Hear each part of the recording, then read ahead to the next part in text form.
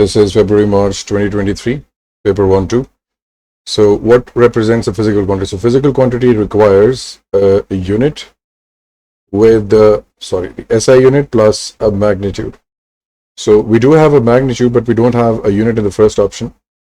This is an SI unit, but without a magnitude. Now we have a magnitude and we have an SI unit. This seems to be a physical quantity. A percentage is a fraction. It's a ratio. It's not a unit. It's not an SI unit. So this will be C. Question number 2 is from the topic of homogeneity. And let's see how to solve this question. He says that this is the equation where B and C are constants. D is meter square and T is seconds. What could be B and C? So we're going to take them separately because of this addition sign. They will be dealt separately. So I can say this 1 over T equals to B by under root D, and 1 over T is equal to, or is being compared with, C. So as we can see, the unit of 1 over T is 1 over S. So the unit of C should be S minus 1. So C should have been S minus 1. Let's deal with the other option. Now D is meter square. So I'm left with 1 over S equals to B divided by M. So if M goes over there, this becomes B equals to ms minus 1. So this would be ms minus 1. And the answer would be option B. We move to question number 3. This is from errors and uncertainties. He says we have a hollow cylinder. It has a radius of this much, length of this much. What is the surface area and the absolute uncertainty? Now the formula for surface area, if there are no top and bottom, because it's a open hollow cylinder, open at both ends, would be 2 pi r h. So the formula for the surface area, let's call this S, is equal to 2 multiplied by pi multiplied by the radius r, which is 3, multiplied by 15, which is 15, equals to, now this comes out as 282.74 centimeters square. Now, first of all, we need to understand that at best, if we were to consider significant figures, then the values involved in the calculation, this is 2 significant figures and this is 3 significant figures. It's my choice. I can go for 2 and 1 more, or I can go for, this will be the rule. We choose the smallest member or the smallest significant figures of the calculation, and it could be more than that. So this answer could have been 2 significant figures or 3 significant figures. Now I realize that 420 is my wrong answer, so C and D are going to get cancelled out. We're left with 282.7 and 280. Now this is actually a 4 significant figure number, which will be incorrect. So this option technically will also be cancelled out, but for the interest of science, let's try to see how to actually solve this if we go beyond this. So we are choosing over here 2 significant figures, right? It's rounded off to 2 significant figures. Now let's move on to the next bit. How to calculate the error. Now we look at the formula, which is 2 pi rh, and since 2 and pi are constants, so surface area or the error in surface divided by the actual value should be equal to delta r divided by r plus delta h divided by h, which will be equal to simply this 0.1 divided by 0.3.0, 0.1 divided by 3.0 plus 0 divided by 15, the error divided by the value. And then this S has been found out as 282, right? So we take this number and take this over there to multiply. So delta S divided by 282 is equal to 0.04. Now when you take this over there to multiply, our error comes out as 11.3096. And errors are always up to 1 significant figure. So this will be a plus minus 10 value. That is how you get this 10, right? Although by just looking at this number and paying attention to the significant figure of the smallest member, we would have already landed on option A, right?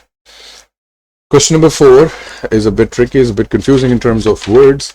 So he says that there is snooker ball, there is a before collision and after collision scenario, there is a change of direction.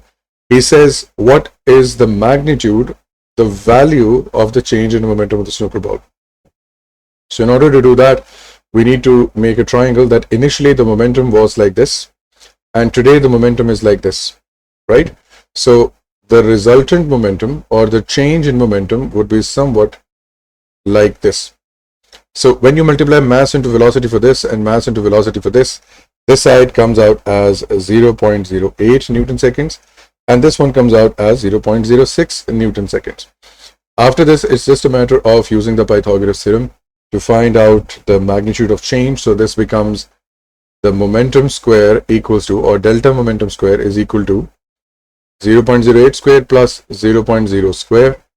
And then, of course, when you take the under root, the square will cancel out.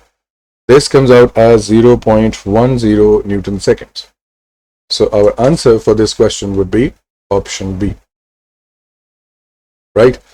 Okay. Question number 5. A ball is kicked at an angle of 45. This is a projectile motion question. This is a projectile motion question. So there will be 2 dimensions to this question. At an angle of 45 degrees, okay, fine, there is a forward velocity, there will be an upward velocity or a component of that sort. What is never zero during the flight? The horizontal component, yes, it is never zero, right? The vertical component, they do tend to get zero at certain point, because when it goes to the highest point, there is no upward or downward velocity, so vertical components do get zero at the maximum point. But let's move on to the next option. C and D cancel out. Of the ball's acceleration, there is no horizontal acceleration on the ball if there is no air resistance, right? There is no air resistance. There could have been some drag causing deceleration, then we could have said that. But the horizontal component of velocity is never zero, because the forward component is not affected by anything other than the drag, which is already not present. So is never zero would be option B. Question number 6. Now, question number 6 will require a bit of animation. We'll show you what that is. First, whenever you encounter a kinematics graph, always try to find out what the gradient represents. That gives you the first insight. So this is a displacement time graph, and we realize that the gradient of this graph will give me the information about the speed, right? So previously we can say, or velocity, right? So I can say the first section, the velocity is positive, then the velocity is negative, then it's positive, then it's negative. So it seems like that the object is actually oscillating between 2 positions, because the displacement or the distance is becoming zero at some point. It starts off at some location, goes to some point, then comes back to the original location. So it looks like that there is an object that is oscillating between 2 extremes, right? So it starts from this point, goes to this extreme with a positive velocity, bounces back and comes back to the original position up to this point, right?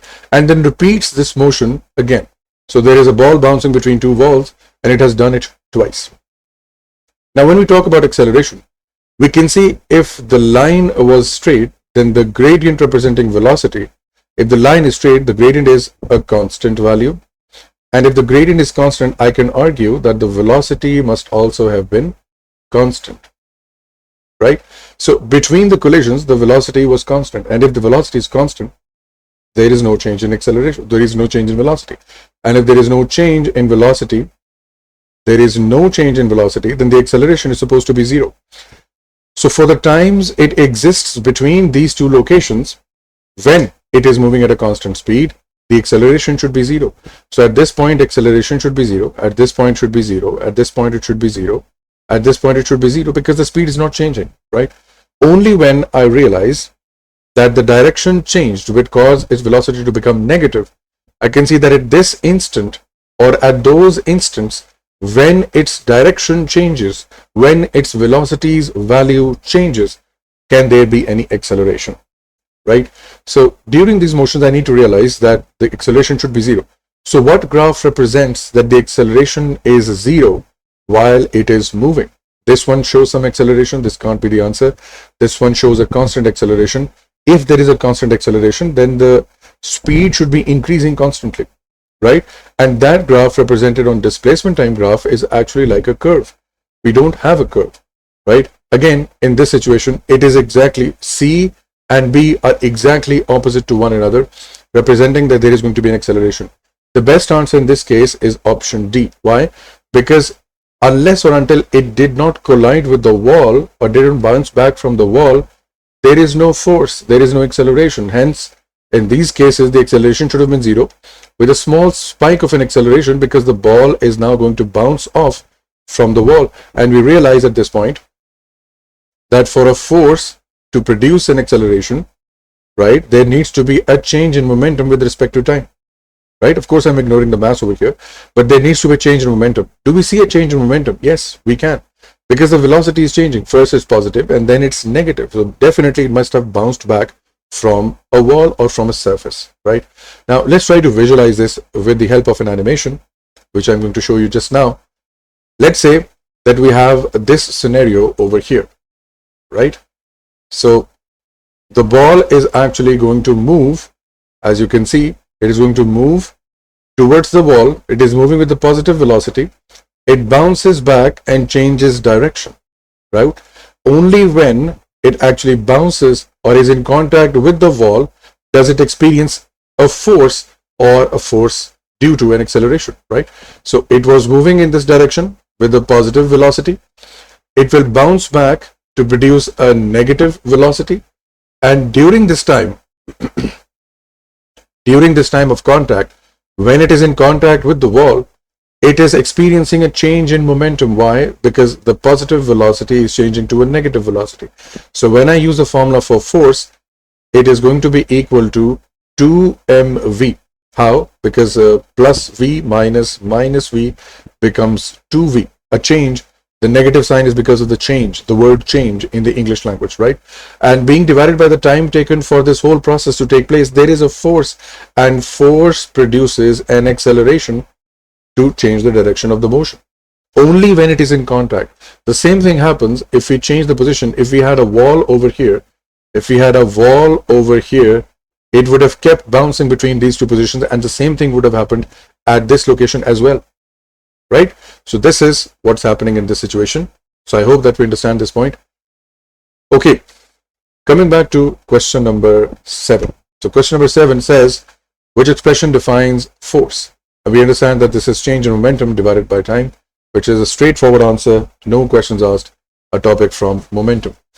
Question number 8, we have a mass, we have a speed. He says using reverse thrusters with a constant stopping force of this much Newton, how long is it going to take to stop?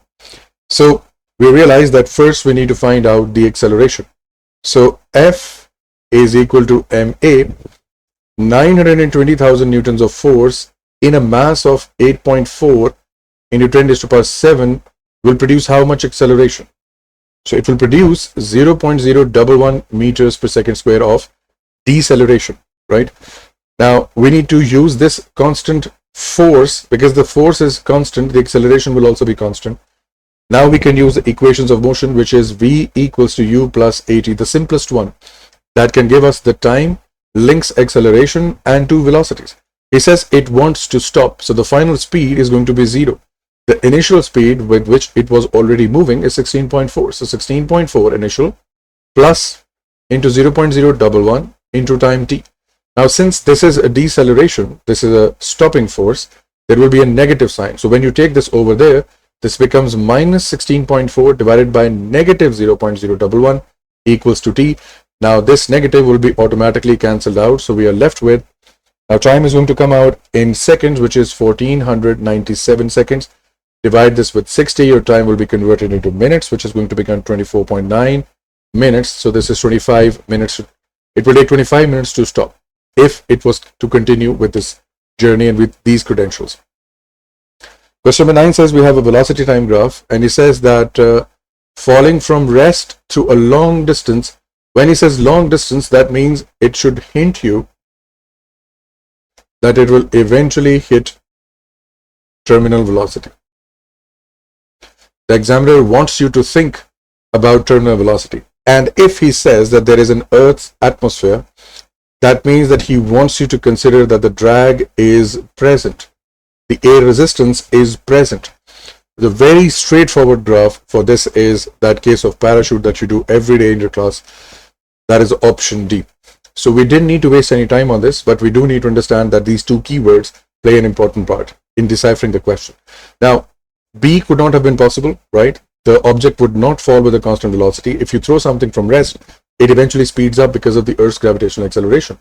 A would have been the answer if the drag was absent. If the drag is absent, and the gradient of this graph would have been 9.81, right? The acceleration. And C is impossible. C cannot be possible if you're falling under the influence of gravity freely in the Earth's atmosphere, or for the matter of fact, in any atmosphere of any planet. Which statement of a collision is correct? Kinetic energy conserved? No. In inelastic collisions, kinetic energy is not conserved. Momentum is only conserved? No. Momentum is conserved in both elastic and inelastic collisions. The relative speed of approach is equal to, this seems to be like a plausible answer, and we've done this trick as well. When two objects with different masses collide, they exert force? No. If two objects, be that of different masses or same masses, collide with each other, according to Newton's third law, they exert an equal and opposite force on each other. So this is in violation of Newton's third law. So the best answer would be option C. Question number 11. He's going to test the equilibrium concept from you. He said that two anti-parallel forces acting in opposite directions are defined. What is the magnitude of torque and resultant force? Now, torque only deals with the fact that how much rotation is there going to be. Now, if I pay attention to the direction of forces, I can see that they're going to rotate about this center axis and start rotating. The resultant force actually deals with the fact that are there any forces which are going to make sure that this satellite moves towards this side or towards the east or north or south? Can it do that? Is there any imbalancing force that is going to cause the movement or acceleration of this object in a linear direction? But we don't see that force over here. So the resultant force in this situation is going to be zero. The satellite is not moving left, up, down, or right. It is rotating on its own axis. So it has some torque. It has some rotation. And how to calculate that? Since we have two similar forces anti-parallel to each other, I can use the formula for torque that use any one of the forces, which is 40, any one of the forces, and the distance between them, the perpendicular distance between them. So what is that distance? The distance between them is this one, which makes an angle of 90 degrees from both sides, right? And what's the distance? So 2.3 plus this 2.3. It's a matter of geometry, right? So this is going to become 4.6. When you multiply both of them, the answer comes out as 184 newtons, which is going to be, or Newton meters, which is going to be 180. So the answer comes out as option C, right? Question number 12 requires a bit of an understanding and in-depth analysis. So it tells you that these are the tension components. The diagram is exactly the same, or the picture frame or the mass of the system is exactly the same, but they are being hung with different methods, right? So first of all, let's reject those options that are going to be impossible. You see, if these are exactly the same picture, then the mg component or the weight component of the force will be equal to R1 and R2. They're both going to be exactly the same. So R1, first understanding is R1 is equal to R2. That's, be done with it, right? So option C and D don't give us this information, so they're incorrect. We have to choose between R1 and R2 and R1, A and B. The second thing is, since the angles between these positions is not the same. This is angle X, for example. This is angle X as well. And if I make those angles over here, I realize this is angle Y, this is angle Y. Since the angles are different, if you were to make the components, for example, right, for tension, the one that are responsible for the R component, they would become 2 T1 cos of X equals to mg, which is equal to R1. Right? Similarly over here, why the 2? Because we have two sides of the tension force. So this is one T1, this is the other T1. And of course, they're acting opposite, or they will be helping the weight of the objects, right? So in this one, this is T1, this is T1 as well, or T2. So 2 times T2 cos of Y is equal to R2. Now I can see very clearly that they can't be equal, because X is smaller than Y. Sorry, X is greater than Y, right? Now, if X is greater, then how is it possible that the answer for cos theta, cos X and cos Y can be equal? Since cos X is not equal to cos of Y, the answers cannot be equal. T1 cannot be equal to T2. By this logic, you could have saved some time and reached the conclusion that the answer is option B. But if you want to get technical, you want to understand it completely, let's try to solve this in a bit better way. Now, since we've developed that the x angle is greater than y, how is it possible that T1 is greater? You see, the cos function or the cos graph that we see actually gets less if you reach angle of 90 degrees. Mathematics students would know this, and you can check this with a cosine graph online as well. So my x would be somewhere along this side because it's a larger angle, right? And y would be somewhere along this line because it's a smaller angle, right? So y produces a larger answer and x produces a smaller answer. Now when I compare them, when I go back, if I take this cos x over here and I want to find T1, I'm dividing this R1 with a smaller number. So let's rewrite this over here. So we have T1 equals to R1, which is of course mg, let's say, divided by 2 cos of x, and a T2 is equal to R2, which is mg replacement, divided by 2 cos of y. Since we've already decided that the answer for x will be smaller, if this answer is smaller, the whole bracket, if you divide a number with a smaller number, the whole answer increases. It is as good as saying that, let's say 5 divided by 3 or 5 divided by 2. This answer will be smaller, this answer will be larger because the denominator is getting smaller. Similarly, cos of y, since it is a smaller angle but produces a larger value of cosine, the cos y is greater than cos of x, leaving T2 being smaller than that. Hence, we can argue that T1 is greater than T2. Hence, this answer would be the correct option, right? But again, if you've already reached to this conclusion, you've already compared the angles, you would automatically get to this point, that they can't be equal. Yes, so logically, the other way around would be better. Question number 13. It says that an object is hemisphere, okay, shaped, R, radius, so and so. The volume of the sphere is this one. What is the average pressure? Now we have the density. Now for pressure, we have force over area. Now force in this situation would be caused because of the weight of the sphere, which should be mg divided by the base area of the sphere. Now the base area, since it's a semisphere, should be a circle, which will be pi r square, right? Now g will not be affected, but we need to find the mass. So how do we find the mass? We have the density of the system, we have the volume of the system.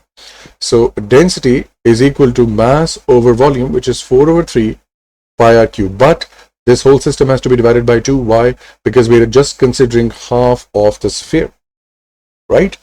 Okay. So when you take this over there, this becomes m equals to rho 4 over 3 pi r cube into a factor of 1 over 2, right? Because we have to half it.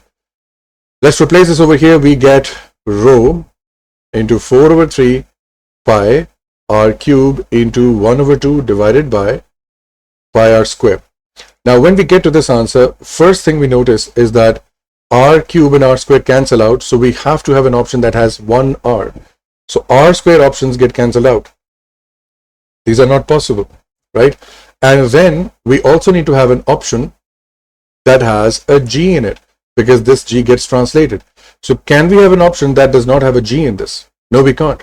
We can't afford it. So instead of performing this algebra of 4 by 3 dealing with 1 by 2, which is going to become, of course, 4 by 6, which simplifies to 2 by 3. Yes, we agree. But we need to save time in A levels, right? So once you have found the common answers, the common options, which are not possible in other way around, I think we should be, we should mark the option and just move on. Okay. All right. Let's move on to question number 14. This question has been repeated many times with the upthrust formula and the upthrust concept.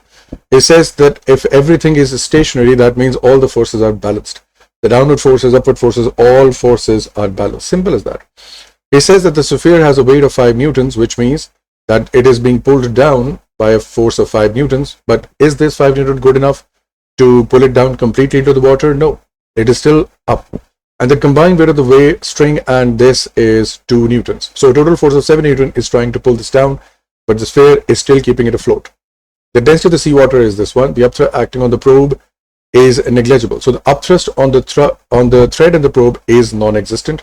The only upthrust we need to consider is from the sphere. He says, what's the volume of the sphere below the surface of the sea? Very easy question. You see, the upthrust is generated always because of the displaced volume of the liquid. You see, whatever this sphere, whatever liquid this sphere has displaced, let's compare that. So let's say that is the liquid that the sphere has displaced. The sphere is trying to penetrate the water more and more, but it is unable to do so because now its force is not greater, if not more, if not less, than the water it has displaced. So the volume of water it displaced is producing the upthrust. So if it is unsuccessful in penetrating it even further, that means this is the volume that it can deal with, right?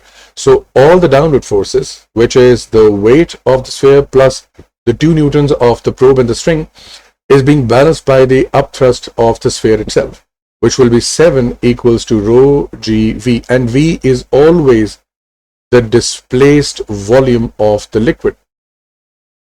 When you do that, we have 7 equals to 1.03 into 10 raised to power 3, g as 9.81, and v is what we want to find out.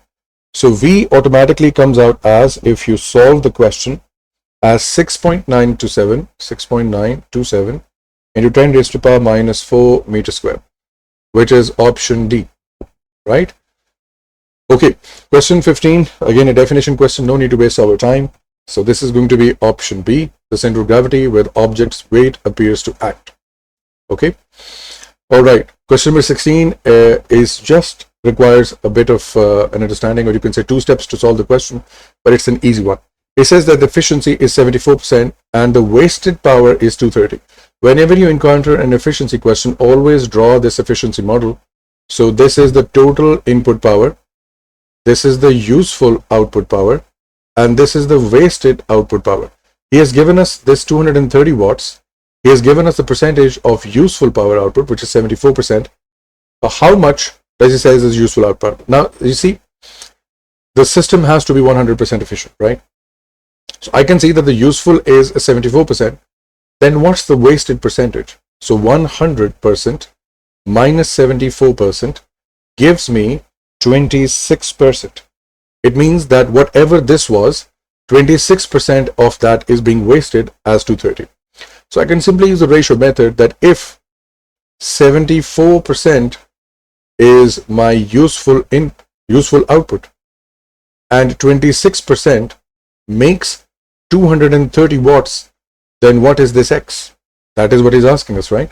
The useful output. It's a matter of ratio, right? So X, or you can say the useful output power after being multiplied, and of course this percentage has to convert into by dividing with 100 into a fraction.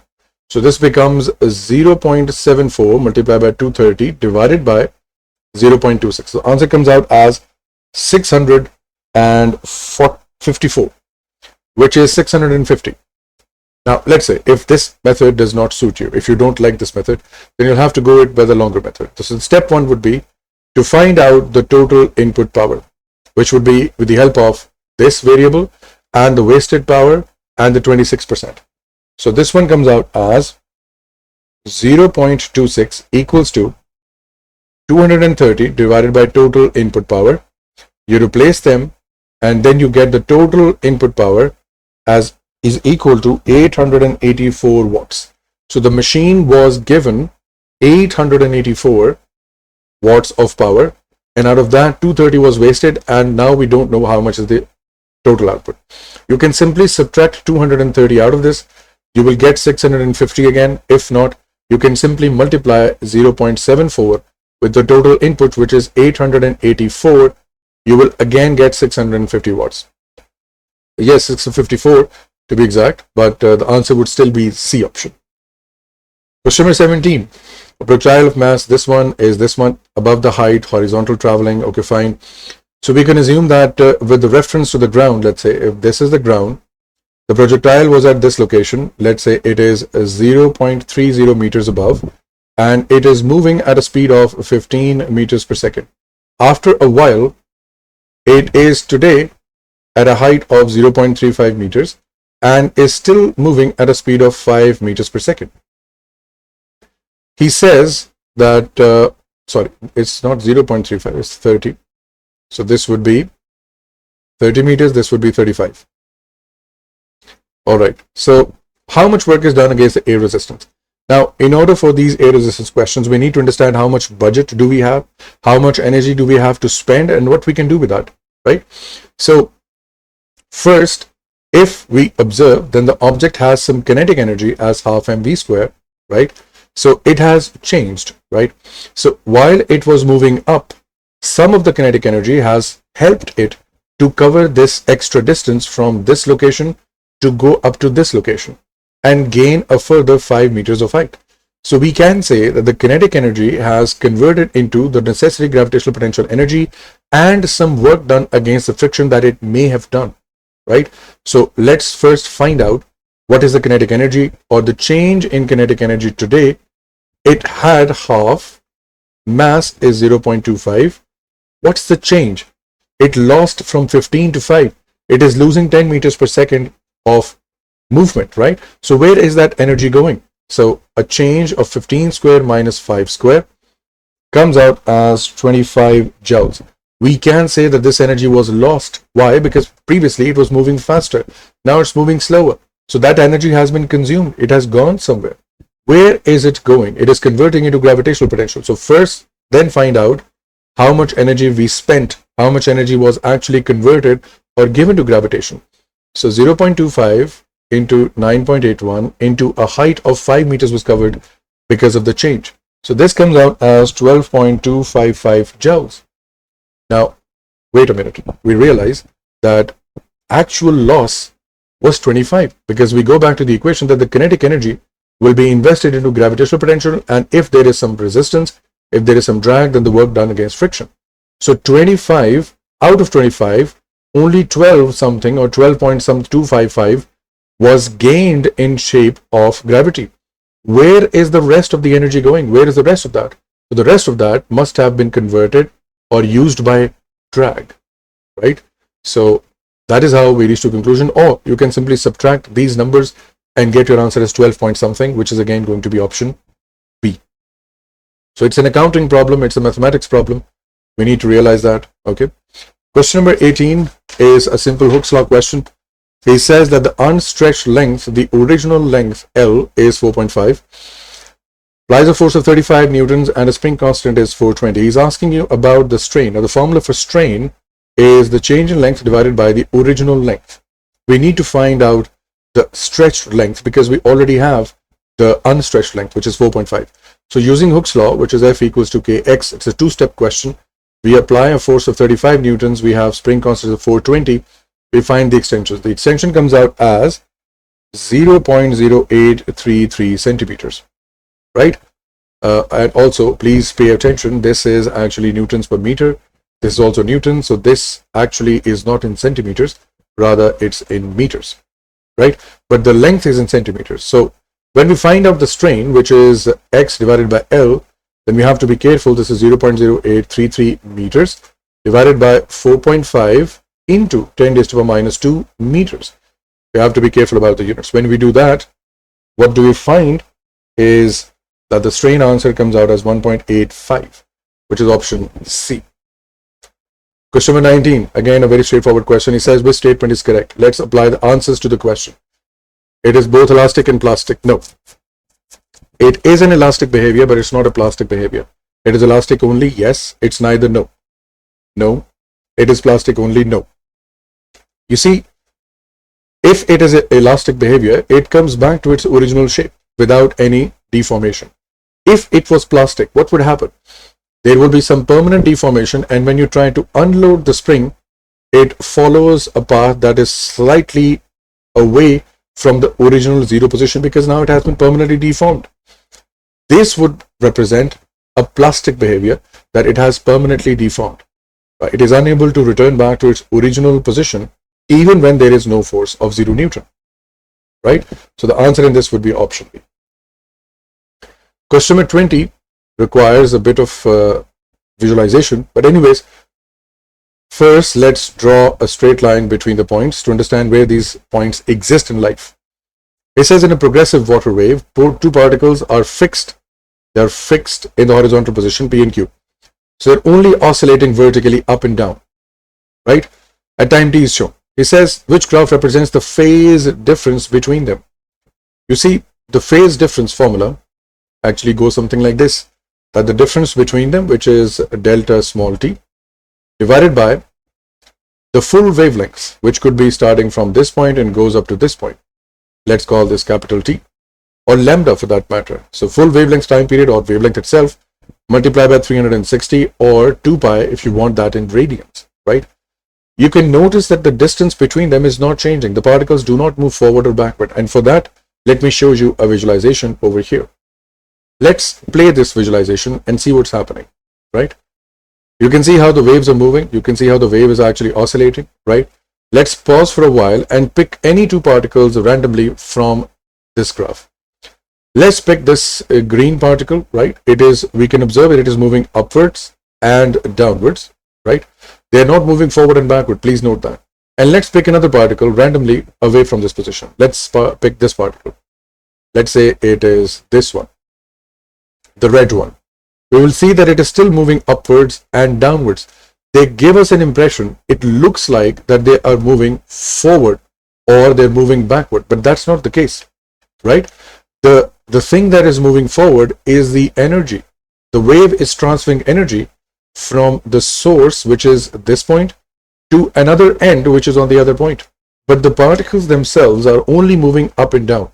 They are not moving forward, they are not moving backward. Because of that, and because of this idea, we realize that the distance between them in terms of that wavelength or in terms of that change in time period is not changing. It is fixed. So no matter how many times I use the formula delta t divided by t multiplied by 360, I will get the same answers. It will not change, right? But let's go back and try to visualize what we came here to do, right? Let's try to visualize that. So let's see how the particles are moving, and is the distance between them changing? Is that happening, right? So let's see. You can see the particles are moving up and backward, upward and downwards. The green particle is moving up and down. The black particle is moving up and down. They're not moving forward and backward. So the distance between them is not changing, right? And if the distance is not changing, then most likely nothing is changing, right? Okay, let's go back to this diagram. So the answer of this formula is going to come out same again and again.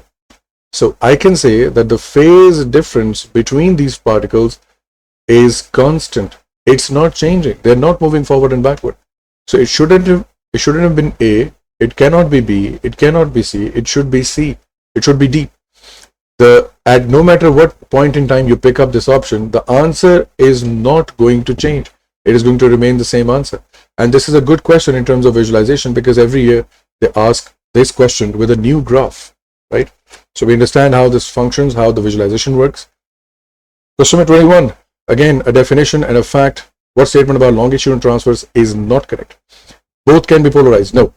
Longitudinal cannot be polarized. Transfers can be polarized. Both waves are stationary form. Yes, they both can do that. They transfer energy. Yes, they both can do that. They both obey V is equal to F lambda. He says not correct, so option A will be the best answer. Question number 22, observer hears sound emitted from a moving source. If there is a moving source, it is a Doppler effect question. Let's recall all of those things in our head. He says the observed frequency is less than the frequency, then the object must be moving away, right? So it says that the source is moving away. Yes, most likely no. If it moving towards, then the frequency perceived increases. The speed of the sound decreases. Now the speed of the sound does not change while the Doppler effect is taking place. So it is option A. Question number 23 requires memory. There is little logic for this. He says visible. So let's try to see if a red wavelength is 700 nanometers and violet or indigo is 400 nanometers. The speed of light at which they travel is 3 into 10 to the power 8 meters per second. So if you want to find the frequency on all locations, this would be 3 into 10 to the power 8 divided by 700 into 10 to the power minus 9. This will again follow the same pattern. So F is equal to, the red is equal to 428 into 10 to the power 12 hertz, which is terahertz, and this becomes 750 terahertz, which is into 10 to the power 12 on your calculators, right? You might get a different power for that. For example, you might get 4.28, let's say, or 0.48 into 10 to the power minus 9. sorry, positive 9 or something else, what you can do is press the ENG button. If you press the ENG button on the calculator, it will convert that power to terahertz. So we can ignore kilo, we can ignore mega, giga, and we will choose tera. So this should have been D. Question number 24 is simply a mathematics issue. There is no problem with the question. He says that there is a polarizing filter. In stage number 1, it was tilted at 30 degrees. Okay. In stage number 2, it was tilted at 60 degrees, or you can say a further 30 degrees, right? So what will happen in that case? Now let's try to visualize this with the help of an animation. This is the situation in front of us, right? So first it was at 0, right? Then we have tilt at 30 degrees, and then we can see how much wave it goes by, right? Let's try to write down an equation for this. So first we have an initial wave of I naught, and we have a wave of I30 because there is an angle of 30 degrees over here. So this is going to become I naught cos square of 30. So I30 becomes equal to 0.75 I naught, right? So this is my equation number 1, right? In the same scenario, if we tilt this angle a bit more than that, let's say that now today the angle is 60 degrees. So compared to the original position, today the angle is at 60 degrees. Now again, the equation goes something like this. The I naught is still the same. Now let's call this Ix. I don't know what that is. So I naught, right, into cos square of 60 becomes Ix equals to I naught. Sorry, let's erase this and calculate the answer. So cos square of 60 comes out as 0.25. So 0.25 times I naught. This is my equation B. Right? Now let's compare both of these equations. Why? Because I can see that both equations have an I naught in them. So I can find a common ground because this is what he wants. He wants me to find out the Ix today in terms of I30, or equate Ix equal to I30 somehow. This is what he wants me to do mathematically. So note these equations. We'll go back to the main question and see how this functions, right? So we go back and I write down the equations again. So we have two equations that I30 is equal to 0.75 times I naught. This is equation A. And we have Ix, which is the new intensity, equals to 0.25 times I naught because of the 60 degree angle, right? I can see from A, we have a common equation. And let's make I naught the subject of the formula. This becomes I30 divided by 0.75. And from B, we have I naught is equal to Ix divided by 0.25. Now, since both are equal to I naught, let's equate them. So this will become I30 divided by 0.75 divided by 0.75 equal to Ix divided by 0.25. Now this goes over there. So we have Ix equals to I30 multiplied by 0.25 divided by 0.75. When you're done with this, you realize that your answer comes out as 0.33 I naught. So it's B. It was just an algebraic problem, just a mathematics issue, which creates trouble. Question number 25. This question is from stationary waves. He mentions himself that the other end, mouthpiece at one end and the other end is open. Okay, fine. He says that there is a node at the mouthpiece, so this should be a node, and an antinode at the other end, so this should be an antinode. He says that the fundamental frequency, the lowest frequency, is 92 Hertz. What could be the next possible frequencies? Now, in short, if you have done stationary waves, you should have memorized that if you have a node and an antinode case, then there are odd numbers of multiple of that frequency. So F0, 3F0, 5F0, and 7F0, and so on.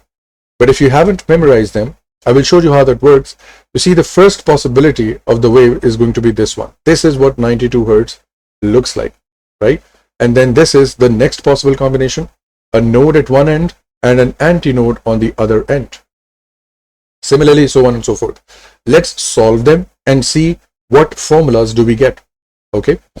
All right. So we can see that the length of this whole column, let's label this as L, is actually equal to lambda by 4. Only quarter of a wavelength is being represented over here. So if we have V equals to F lambda and we want to represent F, so F will be equal to V divided by lambda. And I can see over here that 4 times L is equal to lambda. So my equation becomes V divided by 4L, which is today equal to 92 Hertz. That becomes the fundamental frequency as F naught. Let's move on to the next possible combination. You see, I could have drawn a wave like this one, but is that possible? No. Node at one end and node at the open end, no. He says open end should have an antinode. We can't do that. So the only possibility we have is this one, right? So under these circumstances, we realize that the length of the tube is still the same, but I have 3/4 of the wave. This is lambda by 2 and this is lambda by 4. If you add them together, this becomes 3 lambda by 4. If you replace them, this becomes 4L divided by 3 equals to lambda. So V is equal to F lambda and F is equal to V divided by lambda. Let's replace this lambda over here. This becomes 3V divided by 4L. And if you isolate V divided by 4L, this becomes 3 times F naught, because F naught was also V divided by 4L. So in place of V divided by 4L, we can replace F naught. So 3 times F naught. Similarly, for the next position, we have 5 by 4 wavelength equals to L. So 5 by 4 lambda equals to L. Lambda becomes 4L divided by 5. When you replace it over here as F equals to V divided by lambda, this becomes 5V divided by 4L. Again, 5 multiplied by V divided by 4L. This is fundamental. This becomes 5 into F naught. So we understand where this odd ratio comes out for these questions. I would recommend memorize the trends, right? So first, 92 has to be a part of this. Now 92 comma 3 times a 92, which is 3F naught, comma 5 times a 92. So we have 92 comma, this comes out as 276. Now after the second option, we still cannot make a choice because C and D both have it.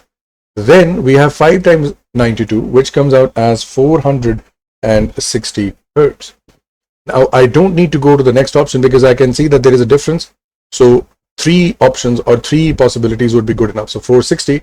So automatically the next one would have been correct. So this will be option C, right? So we understand how this works, but this is a very long process. You can't afford to do this in the examination because it's only 1 hour 15 minutes. So recommendation would be to memorize for a node and antinode case, for a node case, and for an antinode case, what they look like and what their fundamentals and multiples are going to be. Question number 26. He says that we have 2 waves moving in opposite directions. On a stretched string, they meet, stationary wave, with the 3 nodes and 2 antinodes. So it looks like that there are 2 points. This is the standard mean position, and they have 3 nodes. So the wave probably looks like this. We have a node, and 2 antinodes. So this is 2 antinodes at this locations, right? Okay. He says that the frequency is doubled. How many antinodes are formed? You see, if you double the frequency in the same given space, there will be twice as many waves being formed, right? First, if there was 1 wave, now there will be 2 waves. So 1 wave, 2 wave. So the number of nodes will double simply. If previously there were 3, today there are 5, right? Not doubled exactly, but we can see.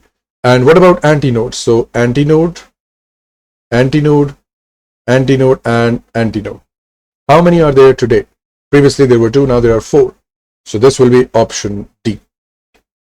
Okay. Question number 27 has an image attached. This is a repeated question, comes again and again. This is what happens with the transmitter and the receiver. If there is a obstacle between them, the wave actually bends around those obstacles and it can still change its direction and reach the transmission. You can see the other example as well, that the wavelengths were in another format, But as soon as they travel across the wavelength or across an edge, they actually bend and spread out and eventually reach the transmission or reach the receiver to eventually show you the signal. This is diffraction, bending around an edge, right? So the most common answer is option B. There is no questions asked. Diagram is included. You can learn this. 28. Coherent sources. This question is one of the favorite questions of the examiner, and there is only one answer to this question, that they have a constant phase difference. A constant phase difference or no phase difference, right? Being in phase does not mean that there is a constant phase difference. They could be at a particular moment be in phase, and at a particular instant they may not be in phase. So we can ignore that, and the best answer for coherent will always be constant phase difference or no phase difference. Question number 29. So he says that there is a diffraction rate in crystal. So the formula that should click in your mind should be n lambda equals to d sine theta. Okay, what does he want to compare? So a beam of parallel light, okay, lambda is okay, fine. Which quantities affect the distance between the first order diffraction maxima on the screen? You see, he wants you to see what affects the sine theta, what affects this angle, because whatever is going to affect the angle is going to cause the distance between them to increase, right? So let's see what those variables may be. So I need to make sine theta the subject of the formula. So this becomes sine theta is equal to n lambda divided by d. Now, since we're working with the first order maxima, then this will be n equals to 1. So the equation simplifies to sine theta equals to lambda divided by n. So we're lambda divided by d. Okay, fine. So what options will affect this? So does d affect it? Yes, it's a part of the equation. So it will affect it. Does lambda affect it? Yes, it is a part of the equation. It will affect it, right? So option C and D are rejected because they say that either D or lambda will not affect it. So now we have to make a choice between L and N. You see, what is L? This is the length of the screen. Notice that if I bring the screen closer, then the distance between them seems to get smaller. It seems to get reduced. If I bring the screen even closer to the system, then the distance between them decreases even further. And similarly, if I take the screen further apart, if you subtend this, if you extend this, you will realize that the distance between the first order maxima increases. So definitely L also makes an effect, right? So based on this idea, option B gets rejected and we land at option A. But let's discuss this option N. Why N does not affect it? You see, he says that the N is the total number of lines on the crystal. We are interested in the lines per millimeter. This is lines per millimeter. This is D. This is what affects it. I don't care how many total number of lines are on the crystal, because they will be balanced out, they will be nullified, or they will be already considered in the value of D. It does not matter. Even if there were 3,000 as opposed to 5,000 lines, but they are in a millimeter or in a centimeter, they're already being considered. So value of N does not matter, right? So option A will be the best answer. Question number 30, he says there is a current, there is a voltage, and there is a time. We need to find out the joules, so its energy is required. So power is equal to energy divided by time. Energy is equal to power into time. Electrical power is current into voltage. Time is from the formula. And then we just have to put in the values with the correct prefixes carefully. So this will be 0.1 into 10 to the power minus 6 of the current. Voltage is 10 milli, so 10 into 10 to the power minus 3. Time is 10 seconds, so 10 being multiplied. So this answer comes out as 1.0, let's say 1.0 into 10 to the power minus 8 joules. If you press the ENG button, it will automatically go to 10 into 10 to the power minus 9 joules, which is 10 nanojoules, which is option D. It's a game of prefixes. Question number 31, he says, what is the definition of potential difference? Very, very easy. It's the energy voltage is equal to work done by charge. So it's the energy transferred, yes. Per unit charge, yes. No, not the current, not the resistance, not the time. It is joules per coulomb. So this will be option A. Question number 32, for the filament lamp has been repeated many times in the past as well. And by this time, I understand that you might have memorized this answer. it is going to be option B, very straightforward. You see, if you increase the voltage, the current increases, and because of this, its temperature increases, then its resistance increases, and as a result, the change in current decreases. You see, as you keep on increasing the voltage uniformly, you realize that the change in current brought into the system previously is vanishing off. Eventually, the change in current is decreasing. Previously, the change was very high. It is decreasing, which represents that the resistance is increasing. Question number 33 requires algebra. He says that there are wire P and Q. Let's make another column for diameter D because we have to assume it. So this is my diameter. He says wire P has a diameter D. Let's call this D. We want to find the diameter of Q. Let's call this X. We don't know that, but we have to find it in terms of D because these are all the options given to us, right? Okay. So let's make a standard form. Let's make a standard resistance formula using the values of P. So from P, we have that R is equal to rho L over A. Now A is equal to pi D squared by 4. So I can say that A is proportional to D squared. So in place of area, I can use D squared, right? So R is equal to this. Okay, fine, no problem. And now we move on to wire Q. Okay, so let's see what happens with Q. So from Q, we have 1 over 4R. So this will be R by 4 equals to rho by 3. So this becomes rho by 3 into 2L divided by X squared because we've assumed it to be X. This is what we want to find out, right? So let's take this 4 over there. This becomes R is equal to, and take this 2 outside, 8 divided by 3 rho L divided by X squared, right? Now, since this is also equal to R, this is also equal to R, let's equate both of them. So algebraically speaking, we can say that rho L divided by D square is equal to 8 by 3 rho L divided by X square. Now we can simply perform cancellation. Rho L cancels out, and I can see that I have to take the cross multiplication, right? So if we do that, if we do the cross multiplication, we get X square is equal to 8 over 3 D square. Now since we're interested to find out the X or the new diameter, let's take the under root on both sides. We get X equals to 1.6 D, which is going to be option B. If you have a better method with this from ratios or from just by mental maths, you can employ that. It's up to you. Question number 34, constant electromotive force.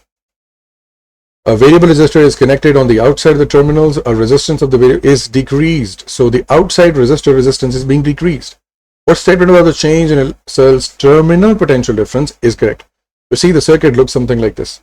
The EMF, the internal resistance R, and the external resistor, which is being changed. Now, when you reduce the resistance, the current in the circuit increases. When the current increases, since that same current is passing through the internal resistance as well, the lost volts due to IR, since the current is higher, lost volts also increase. Because internal resistance is now using more voltage because of higher current, the terminal potential difference starts to decrease, right? I will show you an animation for this. This is the animation. You see, right now the circuit is off. Let's consider the 20 ohms resistor that is on the outside, this one, as the external resistor, and this 5 ohm resistor to be the internal resistor. We have a 10 volts battery. I have a voltmeter connected to the internal resistance, right? And we will see how it affects. You see, let's switch on the circuit. The current is flowing in the circuit. 2 volts are across the internal resistor of 5 ohms, right? And there is a current of 4 amperes. He says that we want to reduce the resistance of this external resistor. Notice what happens to the current, this ammeter, and notice what happens to the voltage of the voltmeter. You see, if I start reducing this external resistor, the voltage is increasing because the current is increasing. The current increases, and since the current is increasing, the internal lost voltage of the battery starts to increase. Now, since the internal loss voltages are increasing, they leave behind less and less voltage for the external resistor, right? When less and less voltage is available, that is why we call the potential difference is decreasing, right? Okay, so I believe that we understand this in real life as well. So which options matches this? The terminal potential difference decreases. Yes, it decreases. Yes, it is increased. No, it is increased. No. So we cancel out C and D.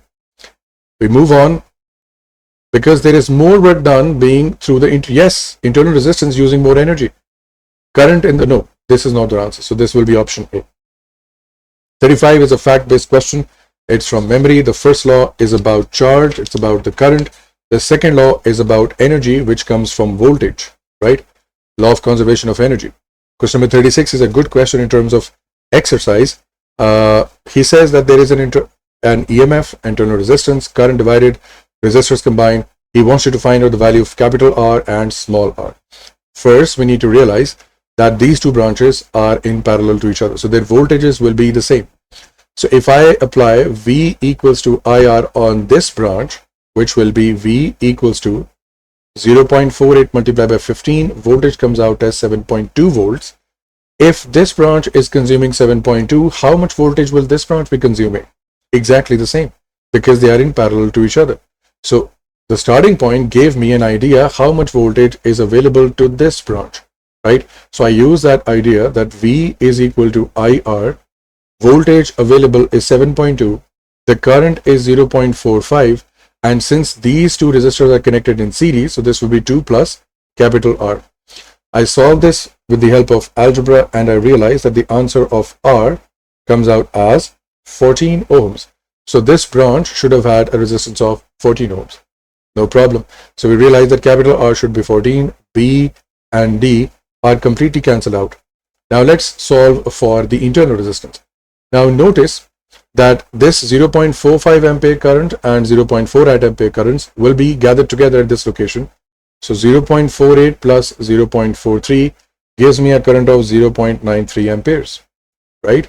The same current is going to pass through this resistor, but there is an easier way. Let's say that the 10 volts of battery, and out of those 10 volts, only 7.2 successfully came out for these two branches. So I can say that the rest of the voltage is being consumed by the internal resistance. So 10 minus 7.2 equals to the current that this branch is receiving is 0.93 amperes and the value of its resistance is R, right?